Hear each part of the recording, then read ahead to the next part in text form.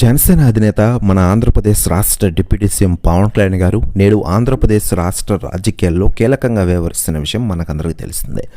కేవలం తెలుగు స్టేట్స్లోనే కాకుండా దేశవ్యాప్త రాజకీయాల్లో కూడా పవన్ కళ్యాణ్ గారి పేరు బాగా వినబడుతోంది. ముఖ్యంగా కేంద్ర ప్రభుత్వ పెద్దలతో ఎప్పటికీ సఖ్యతగా ఉంటూ పవన్ కళ్యాణ్ గారు ఆ విధంగా నినాదాలు చేసుకుంటూ ఆయన దూసుకెళ్తున్న విషయం తెలిసిందే.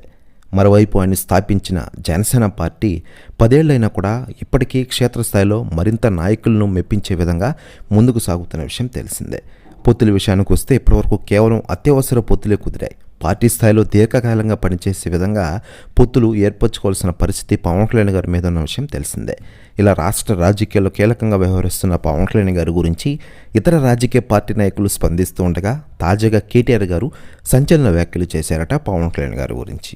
ఆయన మాట్లాడుతూ, పవన్ కళ్యాణ్ గారు నాకు మంచి స్నేహితుడు. ఈరోజు ఆంధ్రప్రదేశ్ రాష్ట్ర ఉప ముఖ్యమంత్రిగా ఆయన ప్రజలకు చేస్తున్న సేవల గురించి నేను ప్రత్యేకంగా చెప్పనక్కర్లేదు.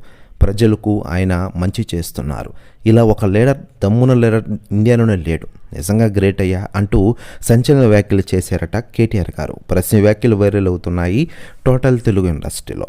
మరోవైపు జనసేన పార్టీ నెల 14న ఆవిర్భావ సభను ఘనంగా నిర్వహించేందుకు అన్ని ఏర్పాట్లు చేస్తున్న విషయం మనకందరికీ తెలిసిందే.